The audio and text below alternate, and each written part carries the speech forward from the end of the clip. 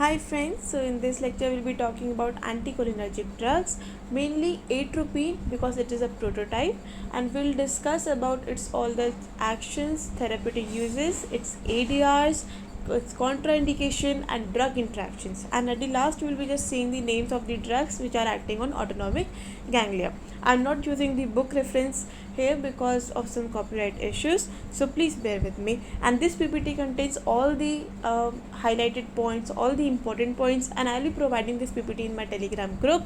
If you're not in my Telegram group, please go to the description box. You'll find my Telegram link over there and join the group. So anticholinergic agents can be of two types, antimuscarinic and antinicotinic, because muscarinic and nicotinic were cholinergic receptors. So those drugs which will block those receptors will be called as antimuscarinic and antinicotinic. Similarly, as in nicotinic we had NN receptors and NM receptors, so the drugs which will block these receptors will be known as NN blockers and NM blockers. So let's start with antimuscarinic and anticholinergic agents. In these, the mechanism of action will be by competitive antagonism. These drugs will block the muscarinic effects of acetylcholine. So whatever effects or whatever muscarinic effects that acetylcholine was producing, there will be just the opposite effects when we'll use the antimuscarinic agents. These anticholinergic drugs are being classified into three types, that are natural, semi-synthetic and synthetic. Natural being atropine and hyoscine, semi-synthetic being ipratropium bromide and tiotropium bromide. Synthetic are being further divided on the basis of their functions like anti-secretory, antispasmodics, mydriatics, vesicoselective and anti-Parkinsonian. The image which has been provided here is the atropine derivatives which are used in respective diseases, and we will be discussing in the subsequent PPT. Now atropine, as it is a prototype, we'll discuss about its actions on the various physiological systems. So actions of atropine on CNS. So in CNS it produces anti-Parkinsonian effect because it reduces the cholinergic overactivity, and also it produces anti-motion sickness effect. In exocrine glands it decreases all the secretion. As we have seen in the cholinergic effects, in whenever there is cholinergic supply, all the secretions are being increased, whether they are lacrimal, sweating, respiratory, all the secretions were increased. So whatever the actions are being produced by the cholinergic system, there will all be opposite when we use the anticholinergics. So anti-Parkinsonian, anti-motion in CNS, decreased secretion of exocrine glands. In GIT, the tone will be decreased, the motility of the gut will decrease, the sphincter tone will increase. So there will be no defecation, so constipation will occur. In urinary tract, the tone of the detrusor muscle will decrease and there will be increased tone of the trigone and the sphincter. So therefore, the urinary retention will take place, urine cannot be passed out easily. In CVS, the initial there will be bradycardia with low doses, and as the dose increases it will produce tachycardia. In eye, atropine will do two things. It will do paralysis of the constrictor pupillae. So by blocking the M3 receptors, this will cause passive mydriasis, and paralysis of ciliary muscle leading to loss of accommodation. So there will be loss of light reflex also, and because of blockade of M3 receptors, this is known as cycloplegia. In respiratory system, it relaxes the bronchial smooth muscles but dries up all the secretions. So there are chances of being production of mucus plugs. So if I repeat the actions of atropine, number 1, its effect on CNS, anti-Parkinsonian and anti-motion sickness effect. Number 2, exocrine gland secretion will decrease. Number 3, the tone of the GIT and the motility of the GIT will decrease, but the sphincter tone will increase, so there will be constipation. In urinary tract, the tone of detrusor muscle will decrease, but the tone of trigone and sphincter will increase. This will lead to urinary retention. In CVS, there will be initial bradycardia with low doses and then tachycardia.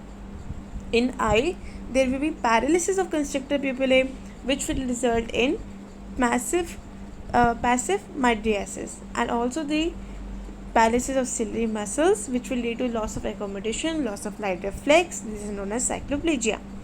In respiratory system, it will relax the bronchial smooth muscles but it will dries up all the secretions, leading to mucus plug formation. So atropine substitutes. There are many derivatives of atropine which are used in specific diseases that we in which we do not use atropine because those derivatives work better than atropine in those conditions.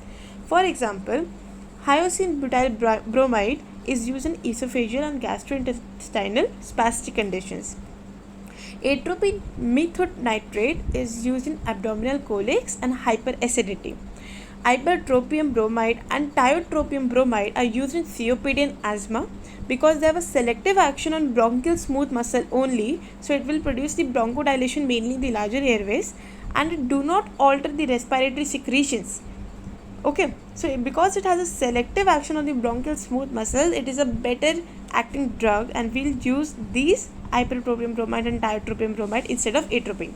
But the side effect is dryness of mouth. Propanthyline is used in peptic ulcer and gastritis. It is not used now. We have better drugs. Clidinium used in gastritis, peptic ulcer and irritable bowel syndrome, that is IBS. Cymetropium bromide, antispasmodic drug, irritable bowel syndrome, and side effect will be dryness of mouth. Glycopyrrolate is used as pre-anesthetic medication and during anesthesia. Dicyclomine is an antispasmodic antiemetic used in morning sickness and motion sickness. Cyclopentolate and tropicamide are synthetic atropine derivatives which are used in eye as mydriatics because they have a rapid onset and shorter duration of action. We prefer these drugs over atropine. Then uses of anticholinesterase. So uses will be in pre-anesthetic medication. We just said glycopyrrolate. Pulmonary embolism, atropine reduce the pulmonary secretions and therefore will help in pulmonary embolism. Antispasmodic, dysmenorrhea and intestinal renal colic, in these conditions we use antispasmodic drugs. Bronchial asthma, asthmatic bronchitis, COPD, we just said that ipratropium bromide and tiotropium bromide are better than atropine because they have selective action on bronchial smooth muscles. Mydriatic, cycloplegic, this effect is being done by atropine, cyclopentolate and tropicamide. Cardiac vagolytic, it increases the AV conduction by vagolytic effect. Parkinsonism, benzhexol or trihexyphenidyl, benzotropine, piperidine and procyclidine are used in Parkinsonism to treat Parkinsonism. To treat motion sickness, hyoscine is the most effective drug. Poisoning, in COP, that is the chronic organophosphorus poisoning, atropine is a life-saving drug. In mushroom poisoning, atropine is drug of choice. In curare poisonings, atropine is given with neostigmine. And the last is urinary disorders, in which we use oxybutynin.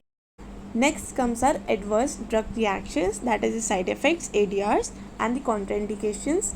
So in GIT, we are able to see dry mouth, difficulty in swallowing and talking, dry, flushed and hot skin is seen, with fever and difficulty in micturition, and decreased bowel sounds and scarlet rashes. In eye, we will see photophobia, blurring of vision, headache, and it may cause acute congestive glaucoma. Hence, they are contraindicated. In CNS, we will see restlessness, excitement, delirium, hallucination. In CVS, we will see tachycardia, palpitation, hypotension, and acute belladonna poisoning. The treatment will be hospitalization, gastric lavage, control hyperpyrexia, diazepam to control convulsions. Now, drug interactions. Absorption of most drugs is slowed because atropine delays gastric emptying. This results in slower absorption and greater peripheral degradation of levodopa. Less of levodopa reaches the brain. What I mean to say is that whenever we take atropine, it will delay the gastric emptying. So as the gastric emptying is delayed, there will be slower absorption and there will be greater peripheral degradation of levodopa, and so levodopa will be degraded more in the periphery and will not be able to go to the brain. Therefore, it is not a desired interaction. Then antacids interfere with absorption of anticholinergics, antihistaminics and tricyclic antidepressants and phenothiazine, etc. have anticholinergic property. So therefore, if we use it with the atropine, it will produce additive side effects which we do not want. The last is MAO inhibitors interfere with metabolism of anticholinergic anti-Parkinsonian drugs and delirium may occur. Now the last slide is on the drugs which are acting on nicotinic receptors and autonomic ganglia.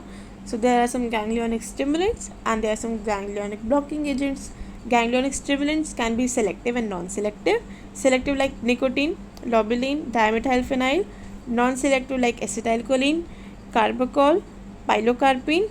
And ganglionic blocking agents can be divided into competitive blockers and persistent depolarizing blockers.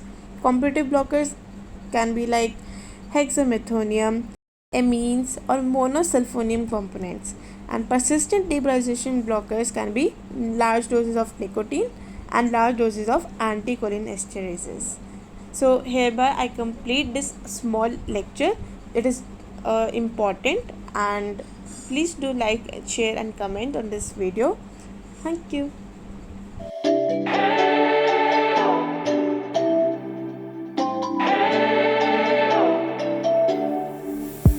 We spent our days on the coast of something beautiful. We got pulled into the tide of something